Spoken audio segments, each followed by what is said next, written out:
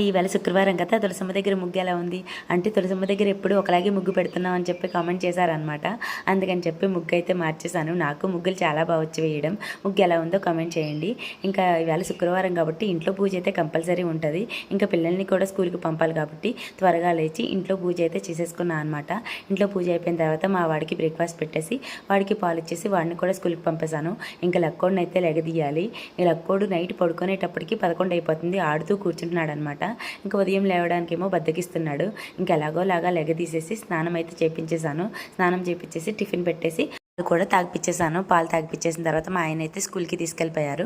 ఆయన వచ్చిన తర్వాత ఇద్దరం కలిసి టిఫిన్ అయితే తిన్నాము. ఈవేళ అయితే ఇంట్లో టిఫిన్ చేయలేదండి, బయట నుంచే తెచ్చారనమాట. పిల్లలకి పెట్టేసి ఒక ఇడ్లీ ఒక బజ్జీ ఉంటే తిన్నా అనమాట. మా ఆయనకైతే కంపల్సరీ డైలీ రాగి జావ ఉండాలి. ఆయనకైతే కొంచెం మజ్జిగ కలిపేసి ఇచ్చేసాను. నేనైతే టీ పెట్టుకున్నాను. ఇంకా వంట కూడా మొదలు పెట్టాలి. మీరైతే ప్లీజ్ వీడియోని లైక్ చేయండి. బాయ్.